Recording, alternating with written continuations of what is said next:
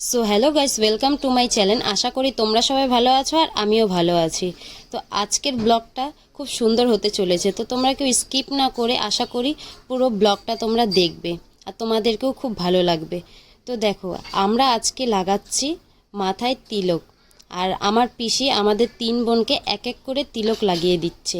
আর জানো তো একটা কথা, আমার এটা প্রথম লাইফে, আমি প্রথমবার আজকে তিলক পরছি। এর আগে আমি কোনো দিনও পরিনি, কোনো দিনও না। তো তাই আমাকে তিলক পরে কেমন লাগে তো তোমরা একটু কমেন্টে জানিও। আর আজকে আমরা কোথায় যাচ্ছি আশা করি তোমরা এই ব্লগটা দেখলেই বুঝতে পারবে আমরা কোথায় যাচ্ছি। তো ব্লগটা সবাই দেখতে থাকো। তারপর আমরা সবাই মিলে বাড়ি থেকে বের হয়ে গেলাম। আর এদিকে আমার পিসা আমাদের জন্য টোটো দাঁড়া করাচ্ছে। আর এই যে ফাইনালি আমাদের টোটো চলে আসলো, আর আমরা টোটোতেও বসে পড়লাম। আর আজকে দেখো, আমার ঠাম্মি, আমার পিসি, আমার ভাই আর আমার বোন, আমরা 3 বোন সবাই মিলে যাচ্ছি আজকে ইস্কন মন্দিরে। আর এটা হচ্ছে ইস্কন মন্দিরের প্রথম গেট। আসলে এটা সবার প্রথম গেট ছিল, কিন্তু এখন 3টা গেট করা হয়েছে, তাই এটাকে এখন পিছনের গেট ধরা হয়। আর এখানে দেখো, যারা যারা ব্যাগ নিয়ে এসেছো তারা তোমরা এখানে ব্যাগ রেখেও যেতে পারো। আর ঢুকেই দেখছি দেখো, এত সুন্দর আজকের ওয়েদারটা, অনেক ভালো লাগছে। আর এখানে তোমরা শুধু ভাববা না যে একটা মন্দির, এখানে কিন্তু অনেক মন্দির রয়েছে, অনেক। আর সব থেকে বড় যেটা, সেটা তো এখানে দেখতেই পারবে। তারপরেও আরও অনেক ছোট ছোট মন্দির রয়েছে, সেগুলিকেও তোমাদেরকে দেখানোর চেষ্টা করব। তো প্রথমে ঢুকেই কিন্তু জুতা খুলে রেখে দিতে হয়, আর এই পুরো মন্দিরটা খালি পায়েই ঘুরতে লাগে। তো তোমরা আশা করি সকলেই জানো, আমি তো এইবার প্রথমবার যাচ্ছি। হয়তো তোমরা এর আগেও, আমার আগেও তোমরা অনেকজন গিয়েছো। তো কারা কারা এই মন্দিরে গিয়েছো একটু কমেন্টে আমাকে জানিও। আমার তো এবারে প্রথম, তাই আমি ভিডিও করছি। তো চলো তোমাদের সঙ্গেও একটু শেয়ার করব আমার প্রথমবার কেমন লাগে এই মন্দিরটা। আর প্রথমেই দেখো, এখানে ঢুকেই কত সুন্দর গাছ লাগানো হয়েছে, আর আমাকে সত্যি এই ফুল গাছ টাছগুলো খুব ভালোই লাগে। আর এদিকে দেখো, আমার ভাই তো উঠতেই পারছে না, ওকে টেনে টেনে উঠাতে হচ্ছে। আর এদিকে এসেই দেখছি দেখো কত সুন্দর আমাদের কৃষ্ণ ঠাকুর, রাধা আর কৃষ্ণর চরণ। আর সেই চরণগুলোকে দেখো, চরণগুলোকে কত সুন্দর করে রেখেছে। আর এই চরণগুলোকে এখন আমরা প্রণাম করে নেব।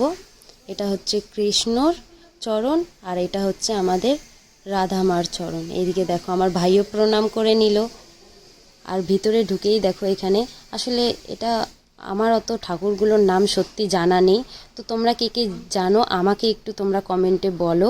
আর এখানেও দেখো, আমরা প্রণাম করে ঢুকে পড়লাম আমাদের মন্দিরের দিকে।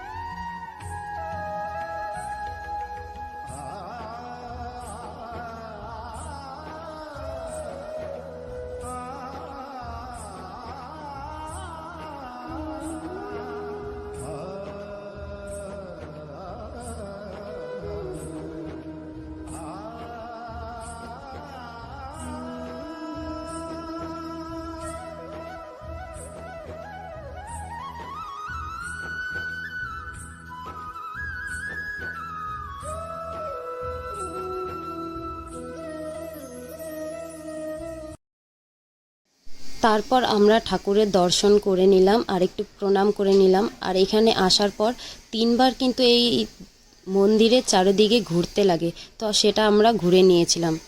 আর এইদিকে দেখো, মন্দিরের বাইরে এসে দেখছি এখানে অনেক শপ রয়েছে, ছোট ছোট দোকান।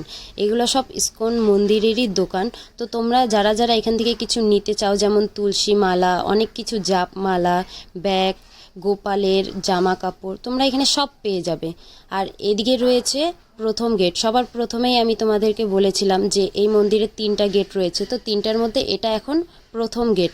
আর যারা যারা কারে করে আসো বা বাইক গাড়িতে করে আসো, তো তোমরা এখানে গাড়ি রাখতে পারো। এখানে পার্কিংয়ের জন্য জায়গা করে দেওয়া রয়েছে। আর এখানে দেখো একটা কত সুন্দর জায়গা। এখানে যাচ্ছি আমরা এখন মন্দিরটা ঘুরতে। আর যেই আমাদের ঠাকুমা এসেছে, আমার ঠাকুমা কিন্তু এই ইস্কন মন্দিরেরই একটি অনেক বড় ভক্ত, তাই আমাদেরকে ঠাকুমা ঘুরে ঘুরে দেখাচ্ছে যে কোন দিকে কী আছে। আর এখানেও রয়েছে ঠাকুর। এখানে বললাম না অনেক ছোট ছোট ঠাকুর রয়েছে, তো সেগুলোই আমরা ঘুরে ঘুরে দেখছি। আর আজকে আমরা প্রায় 5টার দিকে বাড়ি থেকেই বের হয়েছিলাম। আমরা ভেবেছিলাম একটু তাড়াতাড়ি আসব, কিন্তু কি বলবো, এই রেডি হতে হতে, জানোই তো অনেকজন থাকলে রেডি হতে টাইম লাগেই, এক এক করে রেডি হতে তো আরও বেশি। তো তাই আমরা আজকে একটু লেট করে ফেলেছি। তো তাই অতটুকু সময়ের মধ্যে তোমাদেরকে যতটা দেখাতে পেরেছি ততটাই দেখানোর চেষ্টা করেছি। আর এদিকে চলে আসলাম আমরা দেখো একটা মন্দিরে। এই ঠাকুরটারও নাম আসলে আমার না সত্যি বলতে জানা নেই, তো তোমরা কে কে জানো একটু আমাকে বলো। আমাকে বলেছিল ঠাকুমার নামটা, কিন্তু আমি ভুলে গিয়েছি। তো তাই দর্শন করে নিই এই ঠাকুরটাকেও, আর তোমরাও একটু দর্শন করে নাও এই ব্লগটার মাধ্যমে।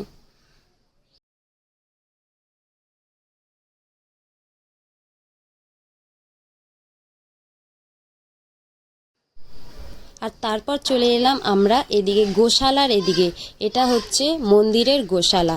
সব এখানে গরু মাতারা রয়েছে। এখানে এদেরকে সব সময় খাওয়ানো হয়, পরিষ্কার করে রাখানো হয়। আর দেখো কত সুন্দর লাগছে।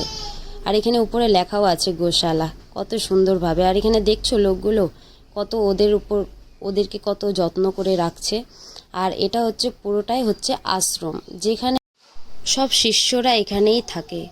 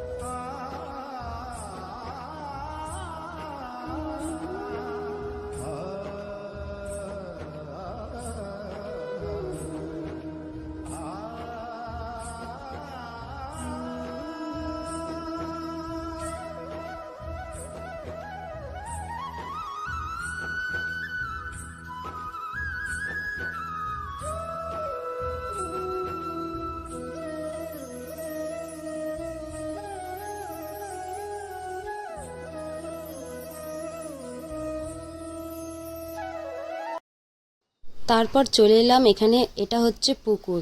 আর এই পুকুরে নাকি কচ্ছপ অনেক রকম পোকামাকড়ও রয়েছে ঠাকুরেরই। তো এই পুকুর থেকে আমার পিসিরা নাকি জলও নিয়ে যায়, সব সময় জল ভরতে আসে। আর এখানে দেখো মন্দিরের উপরে উঠে গেলাম আমরা, আর উপর থেকে দৃশ্যটা দেখো কত সুন্দর লাগছে।